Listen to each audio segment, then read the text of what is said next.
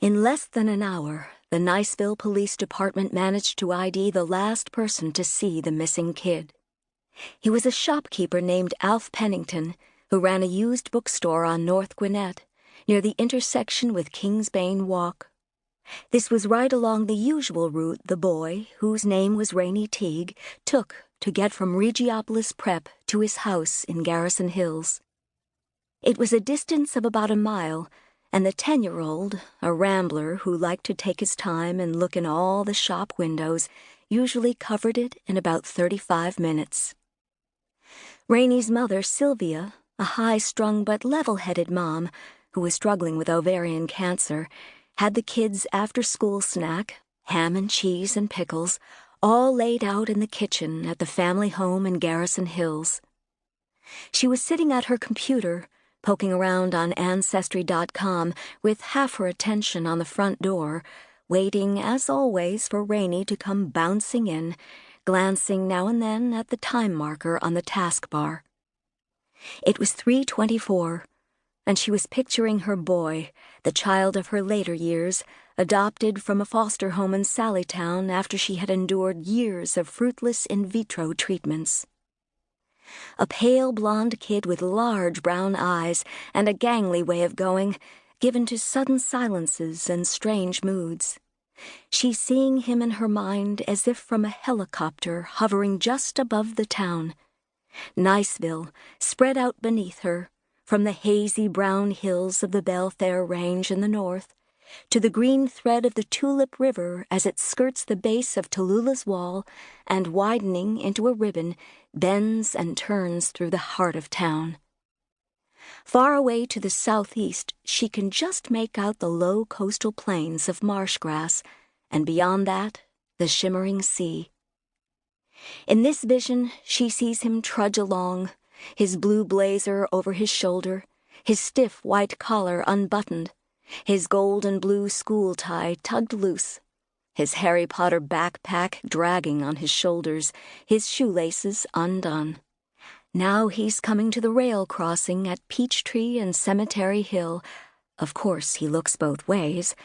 And now he's coming down the steep tree-lined avenue beside the rocky cliff that defines the Confederate graveyard. Rainy. Minutes from home. She tapped away at the keyboard with delicate fingers like someone playing the piano. Her long black hair in her eyes, her ankles primly crossed, erect and concentrated, fighting the effects of the OxyContin she took for the pain. She was on Ancestry because she was trying to solve a family question that had been troubling her for quite a while. At this stage of her research, she felt that the answer lay in a family reunion that had taken place in 1910 at Johnny Mulrine's plantation near Savannah. Sylvia was distantly related to the Mulrines, who had founded the plantation long before the War of Secession. Later, she told the uniformed cop who caught the call that she got lost in that ancestry search for a bit. Time drifting, she said. One of the effects of OxyContin, and when she looked at the clock again, this time with a tiny ripple of concern, it was 3:55. Rainey was 10 minutes late.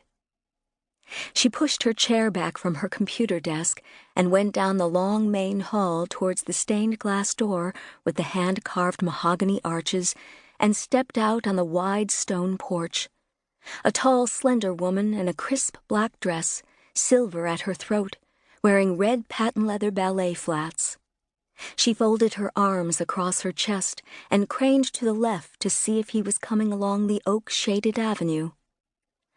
Garrison Hills was one of the prettiest neighborhoods in Niceville, and the sepia light of old money lay upon it, filtering through the live oaks and the gray wisps of Spanish moss, shining down on the lawns and shimmering on the roofs of the old mansions up and down the street.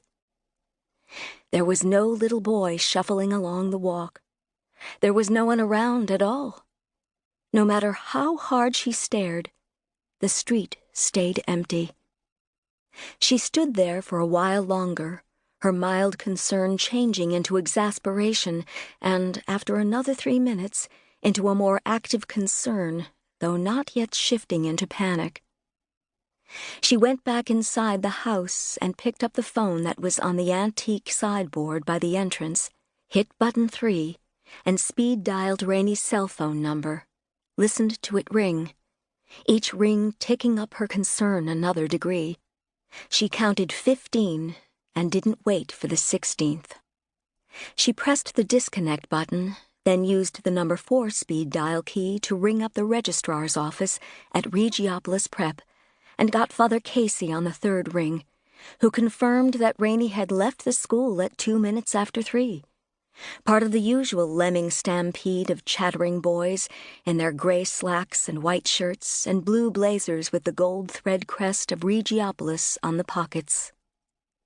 Father Casey picked up on her tone right away and said he'd head out on foot to retrace Rainey's path along North Gwinnett all the way down to Long Reach Boulevard.